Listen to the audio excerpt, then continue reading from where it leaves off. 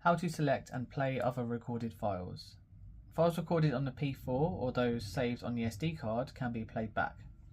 First of all, press the menu button located here to open the menu, then use the up and down buttons to select files and press the record button, which is enter.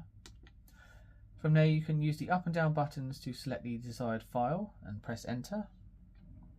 So select the first one.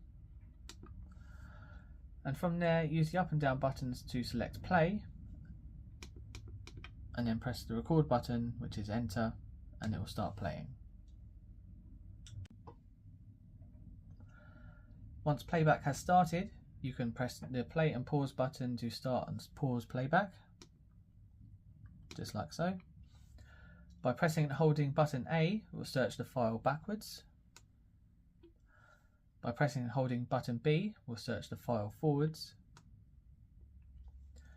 If you press button C, it will return the file back to the beginning. And if you press the stop button, it will stop playback altogether.